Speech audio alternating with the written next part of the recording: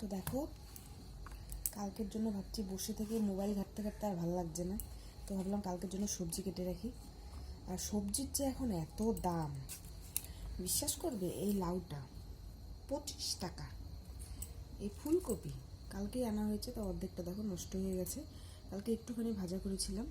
একটা ফুলকপি 30 টাকা, হ্যাঁ, মূলো হচ্ছে 80 টাকা কেজি, বেগুন হচ্ছে 40 টাকা কেজি নাকি পোয়া, যাই হোক এরকমই হবে।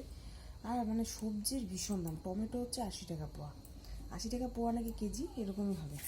তো ভাবছি সবজিগুলো কেটে রাখি, কারণ কি সকালে উঠে না, এমনি তো শরীর ভালো না, সকালে উঠে একদম সময় পাই না, মানে সময় পাই না বলতে একটা রান্না করে আরেকটা রান্না করতে করতে সময় শেষ। তো ভাবলাম যে সবজিগুলো এখন কেটে রাখি, মানে এগুলো দিয়ে কেটে রাখলে সকালে তাড়াতাড়ি করতে সুবিধা হবে। তো ভাবছি যে বসে না থেকে, আর বেশিক্ষণ না মোবাইল আমি ঘাঁটতেও পারি না, বেশিক্ষণ মোবাইল ঘাঁটলে কী হয়, আমার চোখ ঠোক সব ব্যথা করে। তো ভাবছি যে বসে বসে বসে না থেকে অনেকক্ষণ তো মোবাইলে ঘাঁটলাম, তো এখন বসে বসে সবজিগুলো কেটে নিই। তো চলো সবজিগুলো কাটি।